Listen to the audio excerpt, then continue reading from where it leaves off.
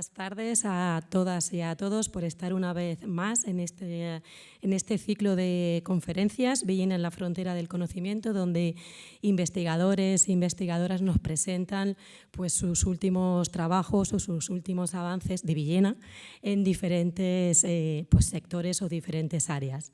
Hoy contamos con la presencia de Nuria Ferrandiz Díaz. Supongo que la mayoría de vosotros la conocéis, ha sido Arracada, fue galardonada el pasado diciembre con el galardón de Arracada de Oro 2022. Muchas gracias, Nuria, por estar con nosotros, por aceptar a la primera, sin dudarlo, la invitación cuando se lo propusimos.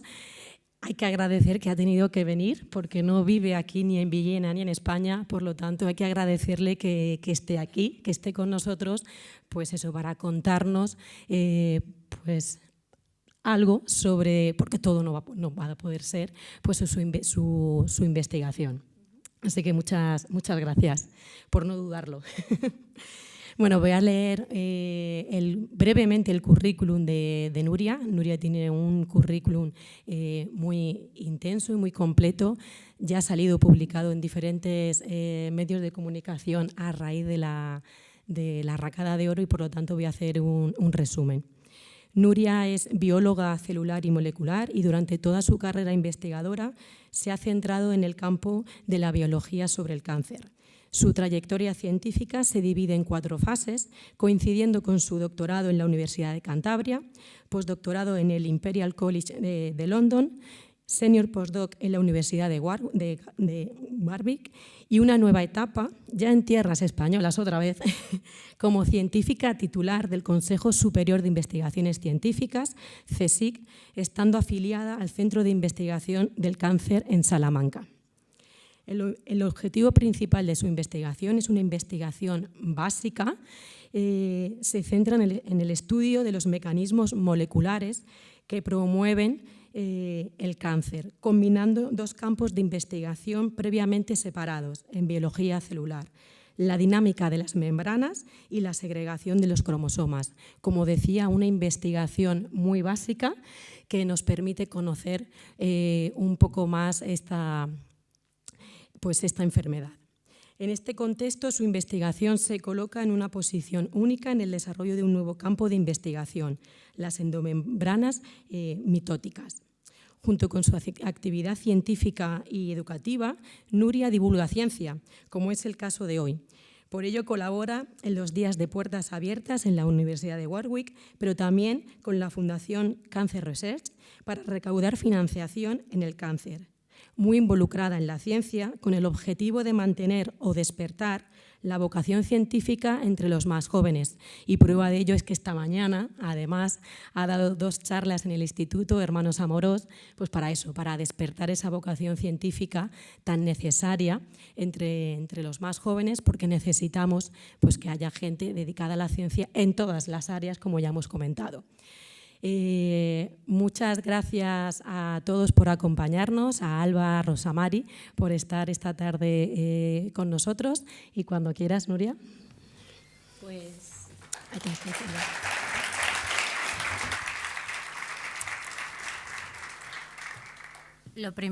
Lo primero, me gustaría daros las gracias por la invitación a la sede universitaria y en especial a Esther por invitarme a estar hoy aquí, y daros las gracias sobre todo por hacer este tipo de actividades, de acercar el conocimiento a la sociedad, porque sinceramente creo que nosotros hacemos ciencia, pero debemos ser capaces de trasladarlo para que la sociedad pueda entenderlo, y no solo entenderlo, sino ver el fruto que hay detrás de estas investigaciones, ¿vale?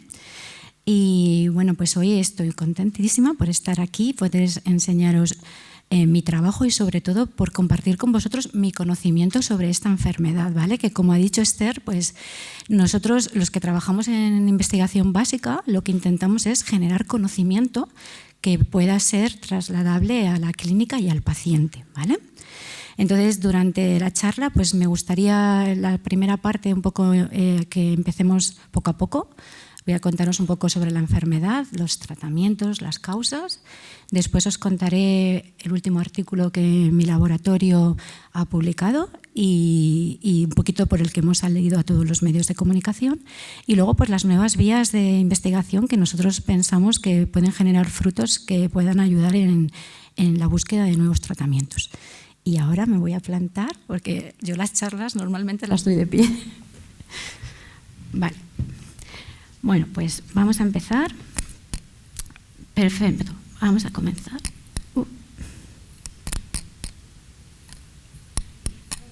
Vale. Pues vamos a empezar primero con lo que es la definición de cáncer, ¿vale? O de dónde proviene. Primero vamos a empezar con de dónde proviene el término de cáncer. Cáncer proviene del término griego carquino, que significa cangrejo. Y este término se apodó en el año 400 a.C., época de Hipócrates y Galeno.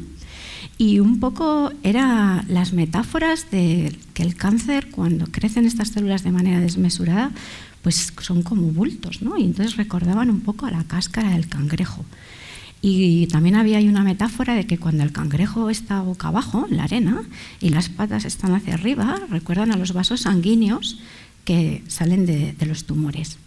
Luego hay otro término que procede también del griego, que es onkos, y significa masa o carga, ¿vale? Esto es como el término por el que se llama cáncer.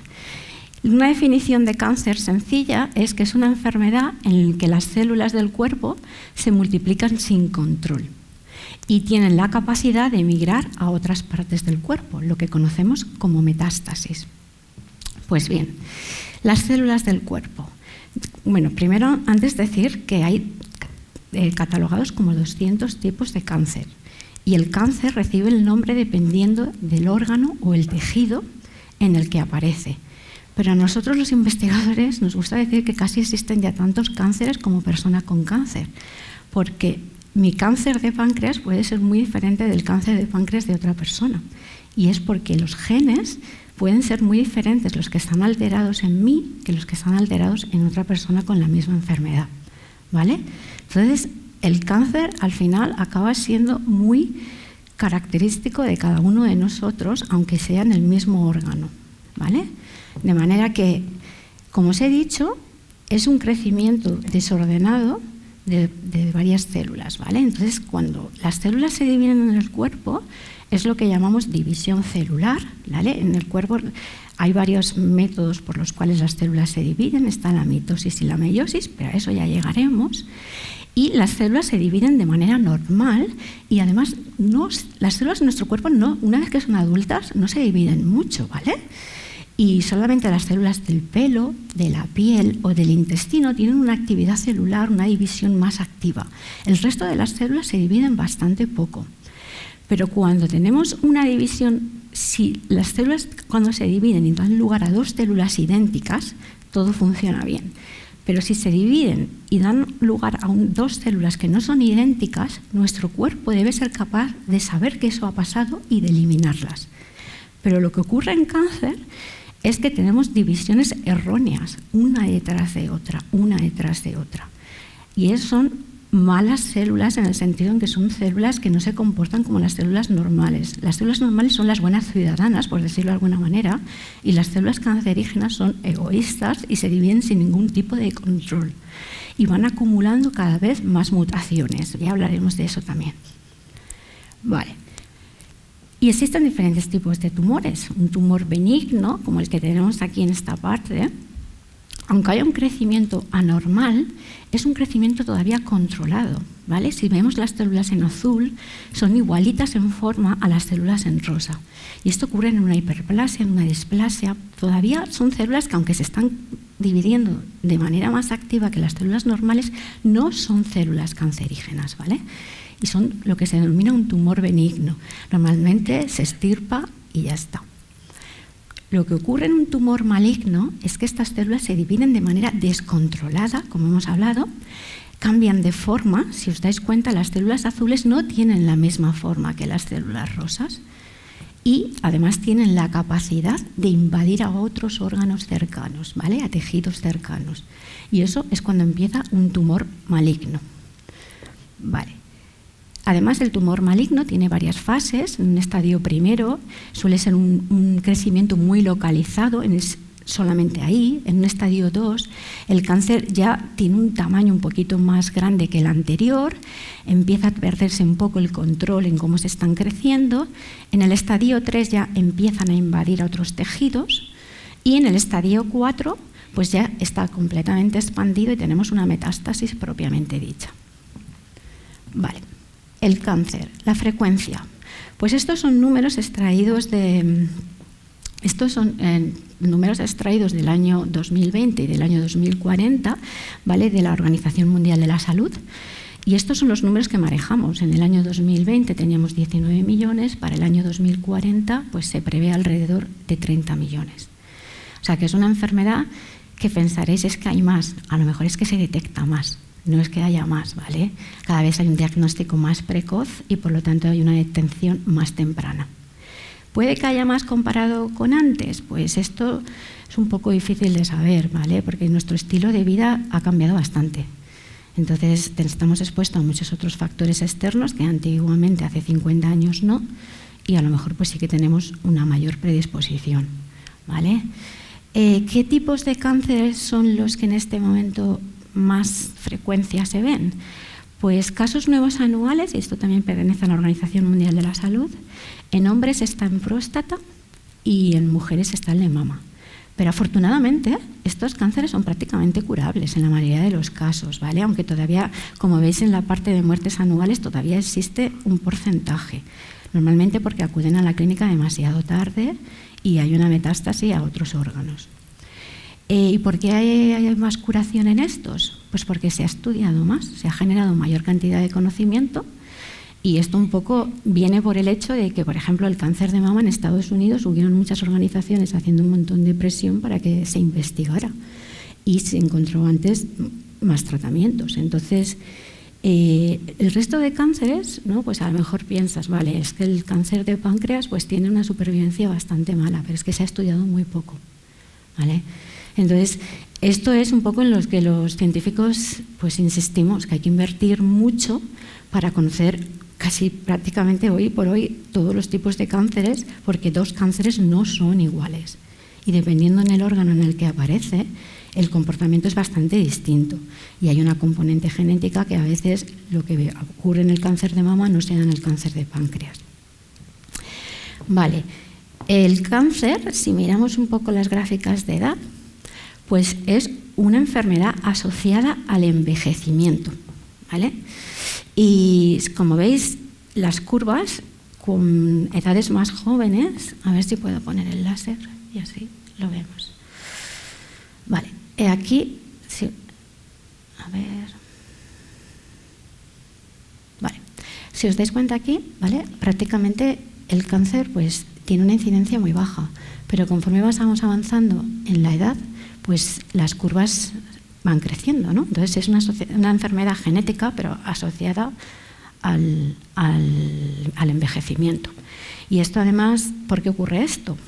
Bueno, pues porque normalmente cuando este tipo de alteraciones celulares, de que la célula pierde el control, se convierte en una mala ciudadana y no obedece a ningún tipo de órdenes del cuerpo, el cuerpo, cuando somos jóvenes, tenemos un sistema inmunitario que es capaz de reconocerlo, ¿vale? Y entonces, al ser una célula tumoral, pues el cuerpo activa diferentes respuestas para intentar eliminarlas.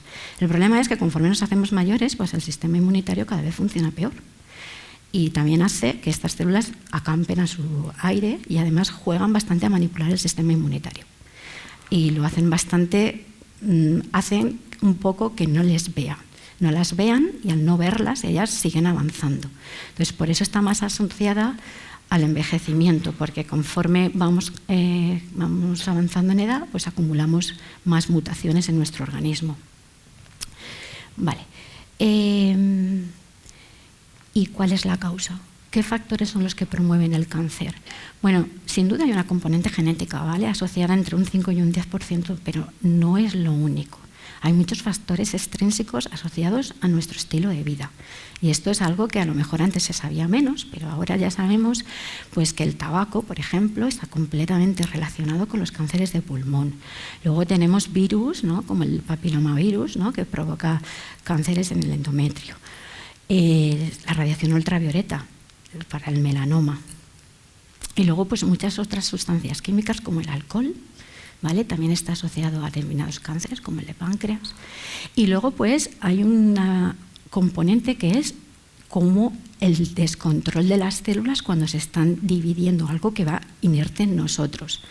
Y sobre esto es lo que yo os hablaré después sobre mis investigaciones, porque es en lo que uno de los factores que nosotros estamos viendo que este descontrol en las células que no se dividen de manera adecuada, pues es uno de los factores que promueven cáncer. Y todos estos factores, ¿qué es lo que hacen? Pues os he dicho que el cáncer es una enfermedad, al final, genética, que afecta a nuestra información genética que se encuentra dentro de las células. Y hacen que esa información genética esté completamente alterada, y al estar alterada pues se generan varios genes que no se comportan de manera correcta, ¿no? Son genes que se llaman protoncogenes, que son genes que cuando se activan demasiado hacen que la célula se comporte de manera errónea y además que sea una célula demasiado egoísta, se divide de manera descontrolada.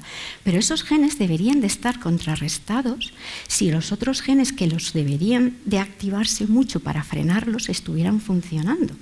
El problema es que las células tumorales activan a los genes malos y los genes buenos, que en cierto modo deberían ser capaces de frenar a estos, se encuentran silenciados.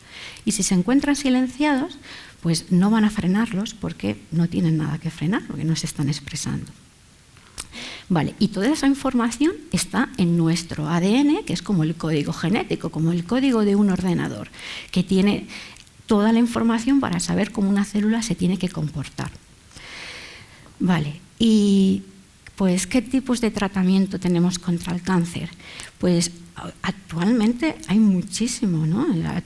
Pues los tratamientos más clásicos, que son los de la radiación ultravioleta, que son los que les debemos este tipo de tratamiento a Marie Curie. Ella fue la que descubrió el radón y gracias a ella tenemos la radioterapia. La quimioterapia es otro de los clásicos, porque también la función que tiene la radio y la quimio es acabar con estas células para que no se dupliquen de manera constante. Las primeras quimios eran así, funcionaban para acabar con la división celular, y hoy por hoy las quimios que se están poniendo en los hospitales son más focalizadas a determinadas genes, como os he dicho, que están continuamente activos.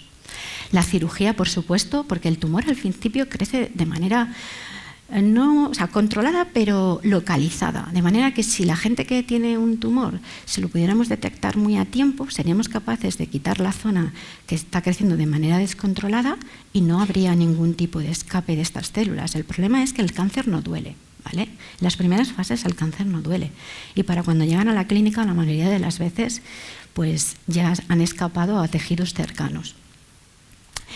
Terapias más modernas, ¿no?, que ahora pueden encontrar en muchos sitios, se dan en muchos hospitales, pues una de las terapias más modernas es la terapia génica, ¿no?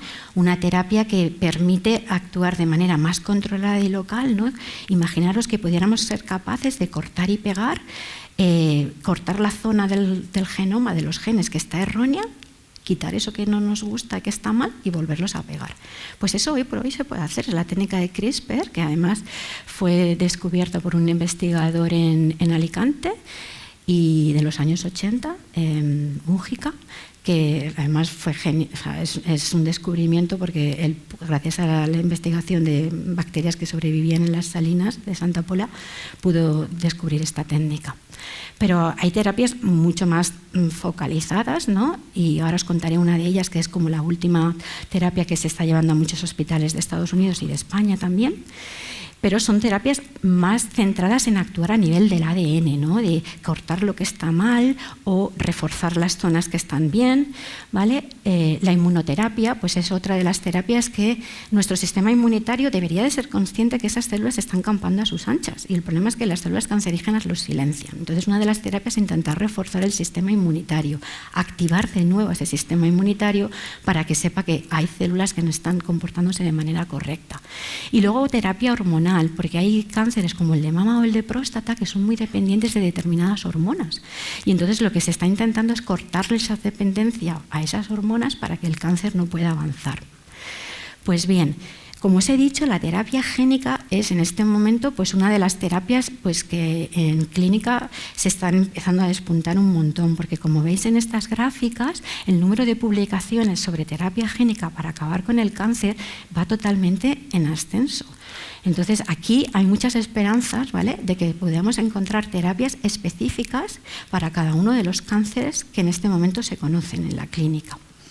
Vale, y una de las terapias que está causando mucho revuelo y que además se está poniendo un montón de esperanzas en ellas es la terapia biológica del CAR o del CAR Natural Killer. Lo que se intenta con esta terapia es extraer los linfocitos T de nuestro cuerpo, que son los primeros en darse cuenta de que hay algo que pasa, algo está pasando en nuestro cuerpo. Son los primeros del sistema inmunitario en darse cuenta de que algo está pasando. Y las natural killer son estas células también del sistema inmunitario que enseguida se dan cuenta de que algo está mal, llegan a ese sitio y lo que hacen es matar a las células que están mal. Pero estas dos células, por desgracia, en el cáncer están muy silenciadas, porque el cáncer juega con ellas y no las deja expresarse. O no las deja expresarse o hace que no las vean, ¿vale? Se conviertan en invisibles. Entonces, lo que se está intentando es extraer del propio paciente estos linfocitos o estas células natural killer, transformarlas en el laboratorio con una especie de chivatos en las membranas que detecten a tu cáncer en concreto, ¿vale?, reinsertarlas de nuevo en la sangre del paciente, en el cuerpo del paciente, para que reconozca a esas células tumorales y las elimine. Esto ya se ha probado en bastantes cánceres en Estados Unidos y está siendo una revolución, está siendo un éxito completo. Problema, que es carísimo. Estamos hablando de $200.000, ¿vale?, de tratamiento. Pero esto es una terapia que en este momento se está usando y está funcionando en muchísimos cánceres. Con esto lo que os quiero decir es que la ciencia avanza, se están generando un montón de terapias que esperemos de verdad que en los próximos 20 o 30 años puedan ser mucho más localizadas y concretas para cada uno de los pacientes. Pues bien, como os he dicho, mi grupo de investigación trabajamos en entender por qué una división que está funcionando de manera correcta deja de ser correcta y empieza a dividirse de manera anómala, ¿vale? Y para eso hay un proceso en nuestro cuerpo que se encarga de controlar la división celular y eso se llama mitosis. Mitosis es el programa de división que permite que una célula dé lugar a dos células exactamente iguales. Y os lo voy a explicar aquí un poquito sobre el gráfico. Esto es una célula, ¿vale?, en interfase, pero las células para entrar en mitosis cambian un poquito su forma, se vuelven más redondeadas, ¿vale? Y todos estos cromosomas, ¿vale?, que veis aquí son las crucecitas, tienen dos cromátidas, una viene de nuestro padre y la otra viene de nuestra madre. Pues estos cromosomas se tienen que alinear en el centro. Y para alinearse en el centro necesita un contacto con una especie de cordones que estire de ellos y los coloque en el centro. Y esto se llama microtúbulos y sale de un aparato que se llama spindle poles, que están aquí, o el uso acromático. ¿Vale? Esto conecta con el centro del cromosoma, tira de ellos que están totalmente distribuidos al azar y los coloca en el centro. Y una vez que están colocados en el centro, la célula recibe el mensaje de, vale, ahora es el momento de pasar a la siguiente fase. Y una vez que están aquí, se pierde el pegamento que hay entre las dos cromátidas y la mitad de los cromosomas dan a un lado y la otra mitad van al otro. Y el resultado son dos células exactamente idénticas. Esto es un proceso de división correcto, ningún problema. Pero ¿qué ocurre si hay un cromosoma, como vemos aquí, que está fuera de su sitio? Pues la célula tiene mecanismos, y esto ocurre en el 99% de los casos, para rescatarlo. La célula para, se da cuenta de que tiene un cromosoma fuera de su sitio y dice, vale, es el momento de rescatarlo, de llevarlo al centro, y activa diferentes maneras y mecanismos. Lo consigue, pasaríamos de nuevo aquí y todo avanzaría de manera correcta. Pero ¿qué ocurre si no lo consigue? Pues si no lo consigue y avanza, el problema es que la mayoría de los cromosomas han estado en el centro, se han separado las dos cromátidas y este sigue aquí. El resultado daría lugar a dos células que ya no son idénticas. Esta célula ha perdido un cromosoma y esta ha ganado un cromosoma. Esto es lo que denominamos aneuploidía. Cuando dos células idénticas deberían de tener el mismo número de cromosomas y no lo tienen. Y además este cromosoma que no se ha incorporado con el resto forma un micronúcleo. Y esto es el principio de una célula tumoral, ¿vale? Entonces, ¿qué cánceres son los que tienen cromosomas que no están, o sea, ¿qué cánceres tienen mucha aneuploidía, muchos cromosomas que no son los correctos? Pues la mayoría de los tumores sólidos, pues el tumor de mama, de cáncer de colon, de próstata, la mayoría de ellos. Y aquí tenemos un ejemplo. Esto es un ejemplo de cáncer de mama, ¿vale? En la parte de aquí tenemos nuestros 23 pares, porque como humanos que somos, tenemos 23 pares de cromosomas homólogos. Uno heredado de nuestra madre y otro heredado de nuestro padre, ¿vale? Si miramos la célula tumoral, y esto es una célula de mama, como podéis ver, pues sí, hay algunos que todavía conservan las dos parejas, ¿vale? Los dos pares. Pero sin embargo aquí, por ejemplo, el 2 no está, el 3 ha conseguido uno de más. Lo mismo pasa, por ejemplo, con el 10, que tiene hasta 4 copias, y en muchos de ellos incluso hay fragmentos, ¿vale? Entonces, esto es una sucesión de divisiones en las que la división no ha sido correcta, en ocasiones habrá perdido un cromosoma entero, en otras ocasiones habrá perdido un trozo, y esto es una célula cancerígena, ¿vale? Y esto ocurre bastante frecuente cuando analizamos células tumorales. Pero las aneuploidías no solamente ocurren en cáncer, pues ocurren en muchas otras enfermedades, ¿vale? Enfermedades relacionadas con el envejecimiento y enfermedades relacionadas con la infertilidad, por ejemplo, porque como sabéis las células germinales, los espermas y los ovocitos, cuando se van a fecundar, si alguna de las dos células germinales, o bien el esperma o bien el ovocito, no tienen el correcto número de cromosomas, ese embrión no va a nacer. Y uno de los embriones que nace cuando hay una descompensación en los cromosomas es el síndrome de Down. El síndrome de Down, tú tienes 3 cromosomas del número 21. Pero eso es viable, o sea, los niños nacen. Pero hay muchos otros casos en los que se hereda diferentes números de cromosomas de manera errónea y hay un aborto, ¿vale? El feto no nace. Entonces, este tipo de problemas con la inestabilidad en los genomas ocurre en muchas otras enfermedades. Bien, pues hace muchísimos años, Walter Fleming, en 1882, este fue un biólogo alemán, describió por primera vez cómo se producía la división de los cromosomas en la salamandra. Y claro, en aquella época pues ni había microscopios ni había nada. El hombre hizo estas ilustraciones preciosas en las que nos dibujó los cromosomas en el medio de la célula, como podéis ver aquí, ¿vale? Dibujó los cromosomas en el medio de la célula y cómo la división daba lugar a 2 células idénticas. Pero una de las cosas llamativas es que él ya fue capaz de prever, mirando en aquellos microscopios, que había un espacio aquí en blanco, ¿vale? Como una zona muy limpia, que lo separaba del siguiente compartimento, que son las membranas.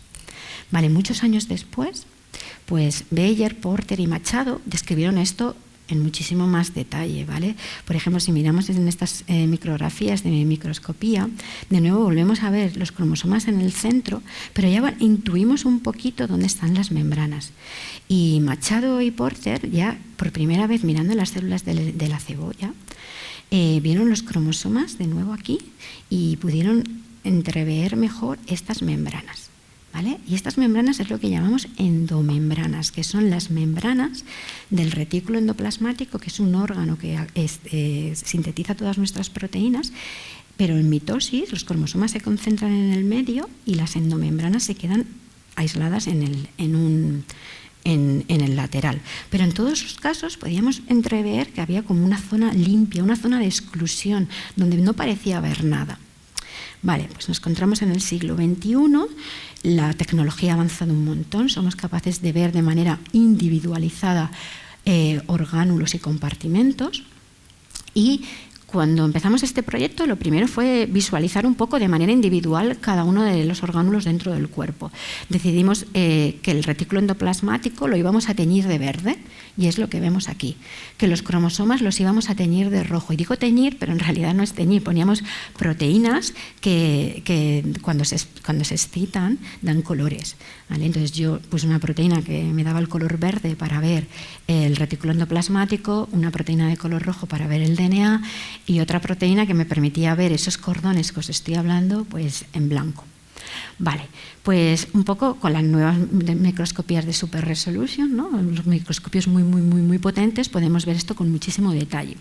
Y además, si mirábamos con microscopía electrónica, pues éramos capaces de dibujar, ¿vale?, dónde se encontraba esa zona de exclusión, esa zona que parecía que separaba los cromosomas de las endomembranas, ¿vale? Y es esto que está dibujado aquí en magenta.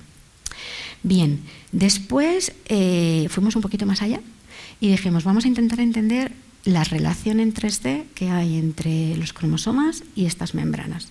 Y entonces pues hicimos microscopía electrónica muy avanzada y hicimos modelos en 3D para poder ver esto mejor. En este caso tenemos a los cordones, los microtúbulos en verde, ¿vale? Y ahora van a aparecer los cromosomas en rojo, aquí en el centro. También visualizamos las mitocondrias, ¿vale?, que los vamos a ver ahora, que están distribuidas de manera random totalmente por las membranas, eso es lo que vemos aquí, pero todas ellas están fuera, ¿vale?, en esa zona de exclusión. Y donde vamos a ver ahora las membranas, ahora vienen en gris. Y este modelo en 3D nos permitió ver perfectamente, porque como se ve el volumen desde arriba, dónde se encuentra esta zona de exclusión, que es en azul. Entonces, todavía no era solamente las ilustraciones y lo que se había visto en las células de la cebolla, es que era una zona bastante exclusiva, que muy pequeña, porque es muy pequeña, que si no tuviéramos microscopía de alta resolución o microscopía electrónica también muy aguda en este momento, no podríamos haberla observado. Pero sobre todo haber hecho los modelos en 3D, y aquí detrás de esto hay mucha bioinformática. Y pues eso, fuimos capaces de ver esta zona de exclusión. Y entonces con esto, pues en ciencia siempre hay pregunta, y una pregunta lleva a otra pregunta. Y esta imagen y este modelo que se publicó nos trajo una pregunta, ¿no? Como, ¿es posible encontrar un cromosoma perdido? Esos cromosomas que yo os había puesto en el diagrama, que se encuentran a veces perdidos y que la célula no se entera de ellos, ¿es posible encontrarlo fuera de la zona de exclusión? ¿Vale? Porque si se encuentra fuera de la exclusión, ¿cómo lo rescatas?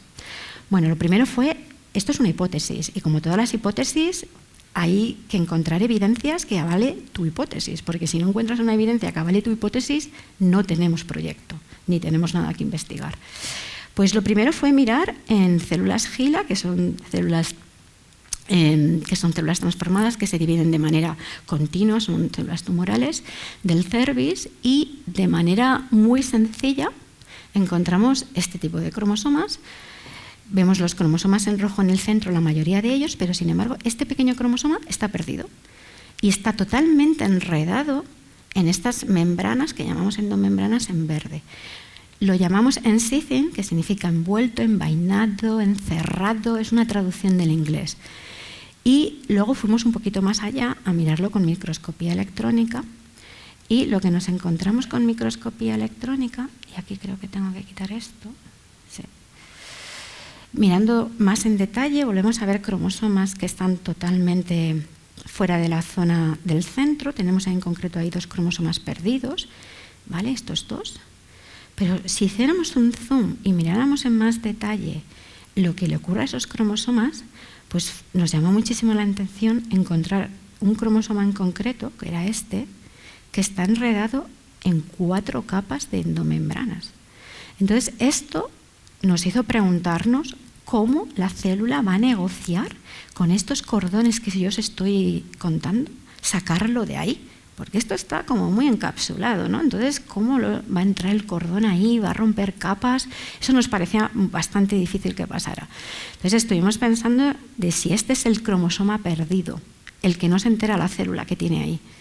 Vale, esto lo veíamos en células de cáncer, pero esto todavía no te explica si puede haber un primer momento para que una célula que es normal se convierta en célula tumoral. Entonces, una de las cosas que insistimos muchísimo fue en encontrar un modelo que nos permitiera transformar una célula normal en una célula tumoral. Y esto es complicado, porque las células normales no quieren ser células tumorales. Y cuando las conviertes en tumorales, la primera señal que llevan es, bien, yo soy errónea, me voy a morir, porque he dado un problema. Pero mi sorpresa fue que esto ocurre en muchas ocasiones, pero en otras ocasiones no. Son capaces de avanzar. Y el problema es que aunque sea una única célula, este es el principio de un proceso tumoral. Vale, pues lo más difícil fue poner un poco a punto que una célula buena se convirtiera en una célula mala.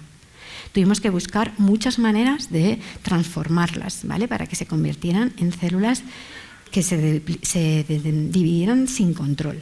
Encontramos el tratamiento, ¿vale? Para hacerlas a la buena o mala, y encontramos este tipo de cromosomas, ¿no? Que no están alineados. Y dentro de encontrar cromosomas que no estaban alineados, pues los catalogamos de dos maneras distintas. Unos que no habían pasado de la zona a la zona de exclusión y los que sí que habían pasado a la zona de exclusión. Y aquí tenemos el mapa. Tenemos los que no han pasado a la zona de exclusión y los que han pasado a la zona de exclusión. Normalmente los que no han pasado a la zona de exclusión no hay problema. La célula para, se da cuenta de que lo tiene fuera de su sitio, lo rescata y todo continúa. Pero los que estáis aquí viendo en naranja, estos de aquí, la mayoría de las veces se les escapa y no se da cuenta de ellos. Vale, esto lo hicimos en una célula normal, ya os he dicho, luego vimos que podía pasar en células de cáncer de cervicales, pero también lo vimos en células de cáncer de colon. Y en esto además y hicimos un poco de ingeniería genética, es un poco complicado, pero la cuestión es modificar los genes que tiene un cromosoma, ¿vale? Para que se quede desconectado. Y lo hicimos un poco con el cromosoma Y. Es el cromosoma más pequeño que tienen los hombres, en este caso, pero somos capaces de desconectar el sitio del cual se debe de tirar. Si tú desconectas la parte central, es como un enchufe, ¿vale? Si cortamos el conector, pues por mucho que tú pongas el cable o desconectamos la luz, nunca va a haber luz, ¿vale? Pues le cortamos a este cromosoma muy pequeñito la conexión que había para que pudiera tirar de él los cordones.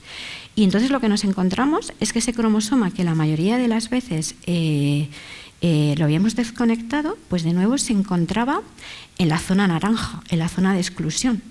La célula no se da cuenta que lo ha perdido y esto es uno de los principales motivos por los cuales un cromosoma se pierde, que la parte central del cromosoma del cual van a tirar se desconecta. Pero no solamente es que se desconecta, es que además el cromosoma es capaz de pasar a una zona, digamos, que la célula no se entera que lo tiene, ¿vale? Es esa zona de exclusión. Vale. ¿Y cuál es el impacto que tiene para una célula que tengas cromosomas fuera de su sitio? Bueno, el primer impacto, y es el esperado, es que la célula se entera de que tiene un cromosoma fuera de su sitio y es capaz hasta de esperar 1 hora. Las células normalmente se dividen en 20 minutos, es un proceso súper rápido, pero cuando la célula es consciente de que tiene un cromosoma perdido, es capaz de esperar hasta 1 hora. Y lo intenta y busca la manera y activa mecanismos de respuesta para intentar rescatarlo. El problema es que pasado esa hora, pues a lo mejor unos han sido rescatados y otros no.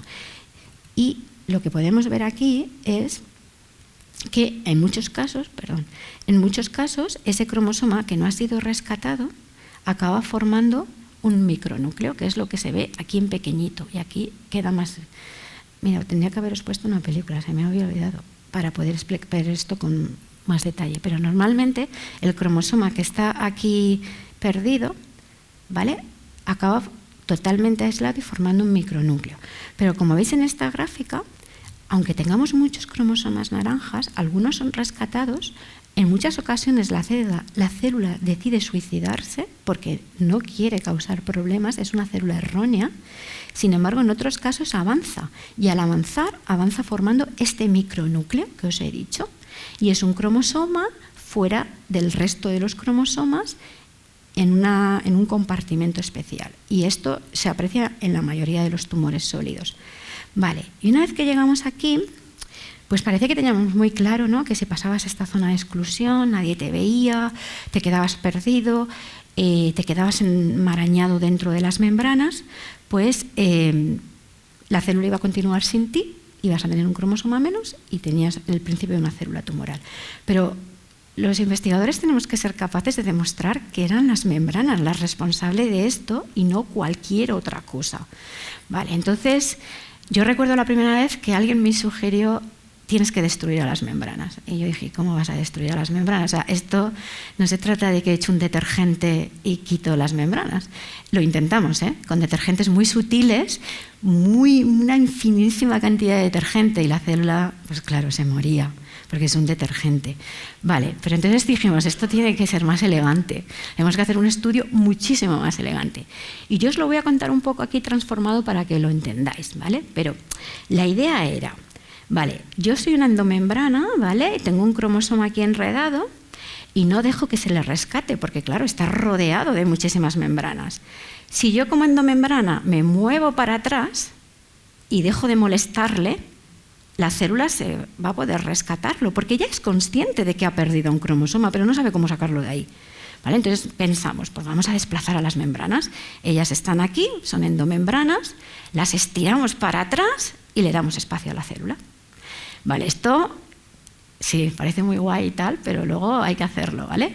Entonces dijimos, pues si conectamos a las endomembranas con las membranas que tienen más atrás, de alguna manera daremos espacio. Y lo que hicimos fue poner como dos conectores, ¿vale? Polo negativo, polo positivo. Echamos un producto, se atraen entre ellas y las tiramos para atrás. Vale, pues esta técnica funcionó. Es decir, las células están inactivos. Aquí tenemos las células de las endomembranas en verde, las células que están detrás, que son las de la membrana plasmática, que son las que rodean a todas las células. Cuando echo el producto, la célula verde se retrae y va a parar a la roja, ¿vale? Y sabéis que el verde, cuando se mezcla con el rojo, da el color amarillo, ¿vale? Entonces yo ahora os voy a demostrar cómo la membrana verde gira para atrás y cuando se encuentra con la membrana roja se convierte en amarillo. Bueno, todo esto, lo primero, tuvimos que demostrar que funcionaba, ya no independientemente de si tú rescatas al cromosoma o no, lo primero es si funciona la idea loca esta.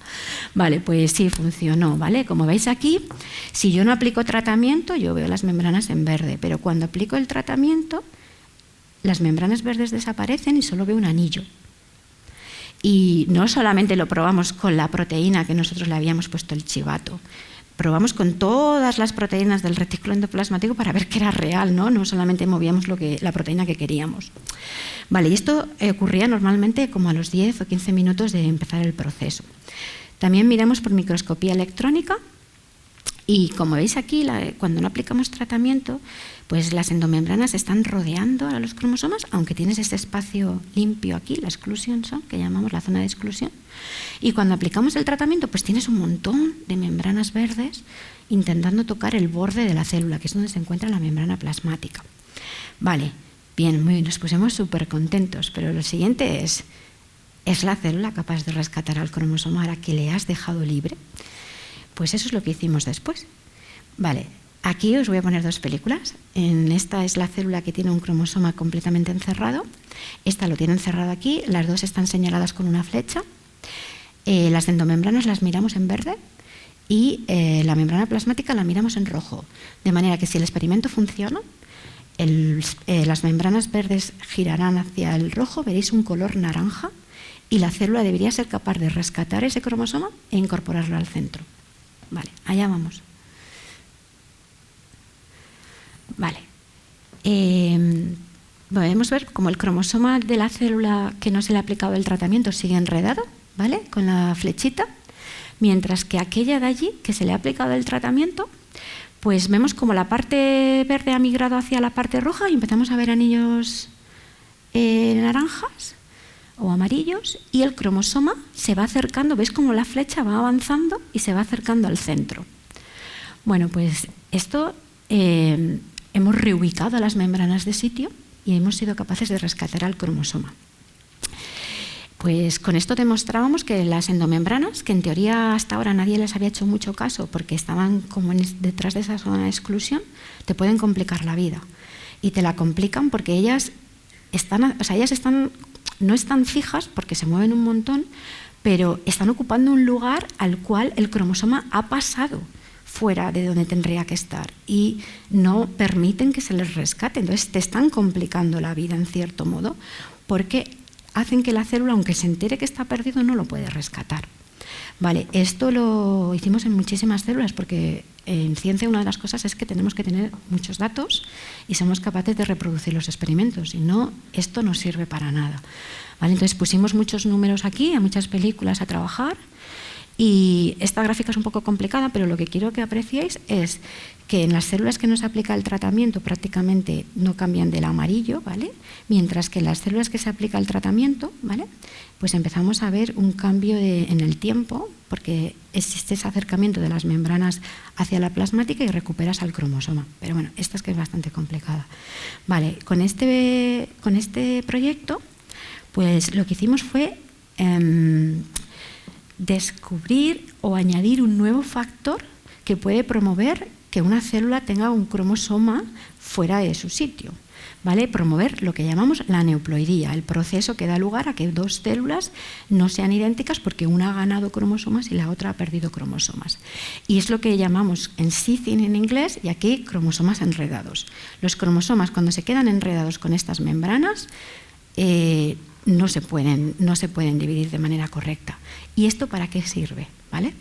Pues mirad, esto sirve porque tenemos que seguir desarrollando fármacos en quimioterapia, ¿vale? Que sean más específicos. Hasta ahora, o antiguamente, casi todo lo que había eran fármacos muy centrados en atacar la fase de replicación, ¿vale? Cuando las células se van a duplicar su contenido de ADN. Existen algunos que están en la fase M y se dan bastante en clínica, que es acabar con esos cordones, ¿no? El Taxol lo que hace es que si tú pierdes los cordones, la célula no se va a poder duplicar. Pero muchos de ellos pues, no son específicos, es decir, acaban con las células, las buenas ciudadanas y las malas ciudadanas, es decir, células sanas y células cancerígenas. Entonces se está intentando buscar cada vez tratamientos más focalizados. Y un poco lo que hemos hecho con este proyecto, estamos saltando un poco a la clínica, estamos trabajando con una empresa farmacéutica, ¿no? Pues que sea capaz de, primero, esto lo estamos viendo mucho en tumores de páncreas, ¿vale? Que es uno de los tumores que se ha estudiado muy poquito.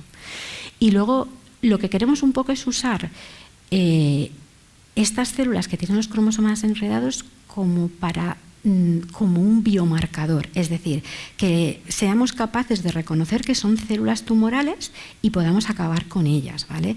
Que en sí el tratamiento que se dé es acabar con esas células porque tienen ese cromosoma enredado. Y para esto pues, estamos diseñando dianas que sean capaces de reconocer a las membranas que tienen solamente el cromosoma enredado. Porque además estas membranas que tienen el cromosoma enredado cambian bastante. Entre ellas, o sea, este retículo endoplasmático deja de tener una forma normal. Y esto es bastante habitual, mirando muchas células tumorales nos damos cuenta que las endomembranas entre células normales y células cancerígenas cambian su forma. Es una manera de adaptarse. Ellas se dividen muy rápido y lo que hacen también es cambiar sus formas y muchos de sus orgánulos. Vale, ¿y ahora qué? Pues esto ya está publicado, hemos intentado ese pequeño paso con la clínica y con la farmacéutica. Bueno, pues ahora hay que seguir, porque claro, una pregunta pues trae otra pregunta. El proyecto se acabó, se publicó y, bueno, el proyecto no se acabó, se publicó el paper, pero los proyectos nunca se acaban. Entonces, todavía sigue la gran pregunta, ¿no? De cómo las endomembranas promueven la estabilidad genética, qué hacen esas endomembranas que hasta ahora eran jugadores pasivos. Nadie había mirado mucho de ellas, nos habíamos focalizado, pero esto es normal, ¿eh?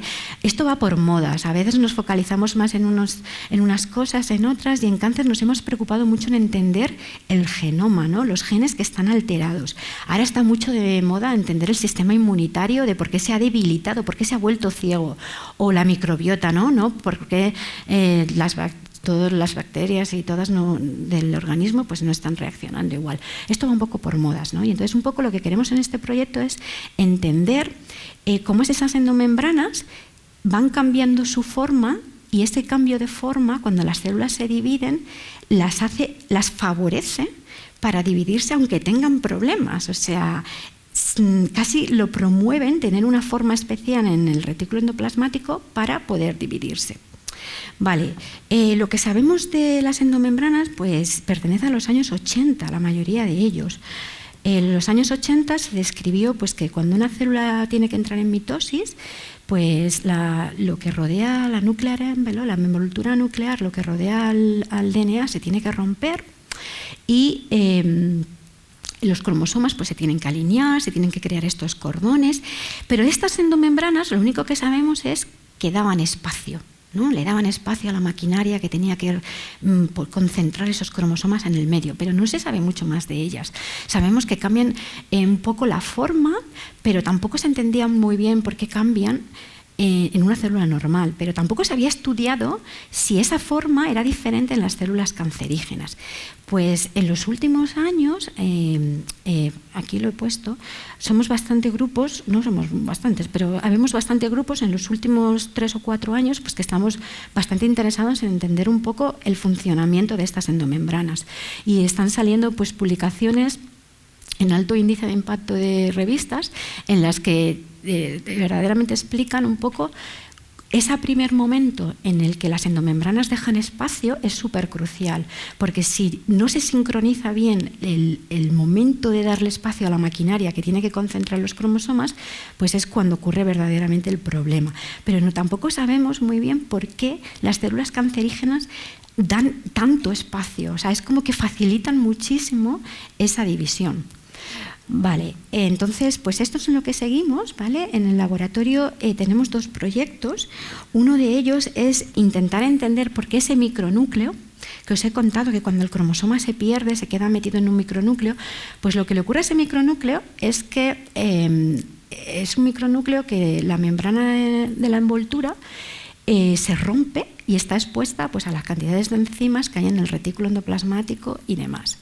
Vale, eso da lugar a una inestabilidad cromosómica tremenda. Y es que además ese micronúcleo, ese cromosoma que está ahí, se fragmenta el DNA, ¿vale? Y esos fragmentitos de DNA, pues lo único que hace es que las siguientes divisiones pues, vuelven a formar más micronúcleos. No se llega a rescatar nunca. Y el otro proyecto es intentar entender esa reorganización, ese remodelaje que tienen estas endomembranas para facilitar la mitosis y sobre todo entender por qué cambian en las células cancerígenas. Vale, en el primer proyecto, como os he dicho, es un poco entender por qué este micronúcleo se rompe y permite que todo lo que hay fuera del DNA entre dentro y lo fraccione, lo rompe. Y además, otra de las cosas que han pasado muchísimos años, pero no se termina de entender por qué cuando las células van a entrar en mitosis y la envoltura nuclear desaparece, pero ¿dónde van a parar esas proteínas? Esto es algo que todavía no se conoce. Sabemos que se rompe y la gente dice que esto está sumergido y nadando en el retículo endoplasmático, pero esto ocurre en 20 minutos, es decir, no podemos destruir y montar una casa en 20 minutos, ¿vale? Entonces, se está intentando entender un poquito y todavía no se conoce es dónde van a parar y en qué lugares concretos van a parar. Porque, como os digo, todo esto ocurre muy rápido y tiene que tener un orden, o sea, todo tiene un orden y con un sentido. Por lo tanto, esto no puede ser que estén distribuidas al azar sin ningún tipo de control. Y hemos comenzado a hacer microscopía de alta resolución, ¿no? Y las proteínas son los puntitos así más en rojo, y lo que vemos es que estos puntitos están en posiciones muy, muy localizadas del retículo endoplasmático. Y estas posiciones cambian cuando miramos las células tumorales. Y esto queremos entenderlo. ¿Vale? Entonces, como os he dicho, han pasado muchísimos años, pero nadie termina de entender si esas proteínas están perdidas o están ancladas en diferentes sitios de estas endomembranas. Y tiene que tener un orden, porque cuando la célula se divide y tiene que volver a formar su envoltura nuclear, cuando miramos diferentes proteínas de la envoltura nuclear, no todas se cargan al mismo tiempo. Entonces, existe un orden previamente, es decir, todas están reordenando el DNA, pero no todas se reordenan al mismo tiempo. Entonces, tienen que haber mecanismos que digan, vale, tú eres la primera, tú eres la segunda, tú eres la tercera. Y lo que ocurre es que en la mayoría de las células tumorales este reordenamiento no es el mismo que en una célula normal. Y esto se sabe ahora que es porque las células tumorales tienen que tener plasticidad, ¿vale?, para migrar. Y la plasticidad la mayoría de las veces viene porque esas proteínas que forman la envoltura son diferentes. Ya se colocan de manera bastante determinada para crearles más curvatura que les permita migrar con mayor facilidad por los tejidos. Vale, y el segundo proyecto, como os he dicho, es entender un poquito más sobre las endomembranas, ¿no?, el cambio que hay entre células normales y células tumorales. Y aquí hay 3 proyectos que salieron los tres prácticamente con 1 año o 2 de diferencia. Y nosotros demostramos cómo estas endomembranas en verde te complican la vida y pueden cerrarte a un cromosoma. Hay otro grupo que fue capaz de mover las endomembranas de sitio, es decir, igual que yo las he tirado para atrás, pues ellos las tiraron para adelante y las metieron dentro de los cromosomas y esa célula no se conseguía dividir jamás, es decir, se estorban. Las endomembranas y los cromosomas no pueden estar juntos. Y luego hay otro grupo muy interesante, está en Estados Unidos, que ellos son los que han visto que la densidad de las endomembranas es diferente, que la célula tumoral es más densa y esto se sabe que es porque cambia su metabolismo. ¿Vale? Y al cambiar su metabolismo, pues hace que las endomembranas tengan más lípidos y al tener más lípidos son más densas y al ser más densas perjudican a la hora de hacer espacio a los cromosomas. Vale, ¿y para qué todo esto? Lo mismo, pues porque es que urge encontrar nuevos tratamientos, nuevos fármacos, porque actualmente la mayoría de los fármacos que se utilizan en quimioterapia es para la fase de acabar con la duplicación del ADN, pero hay muy pocos que estén centrados en mitosis. Ha sido como el caballo de Troya. Se ha intentado muchísimas terapias intentar acabar con proteínas que son totalmente esenciales para que ocurra la mitosis y no se ha conseguido, ¿vale? Muchos de ellos ni siquiera han avanzado mucho en las fases clínicas porque no son específicos.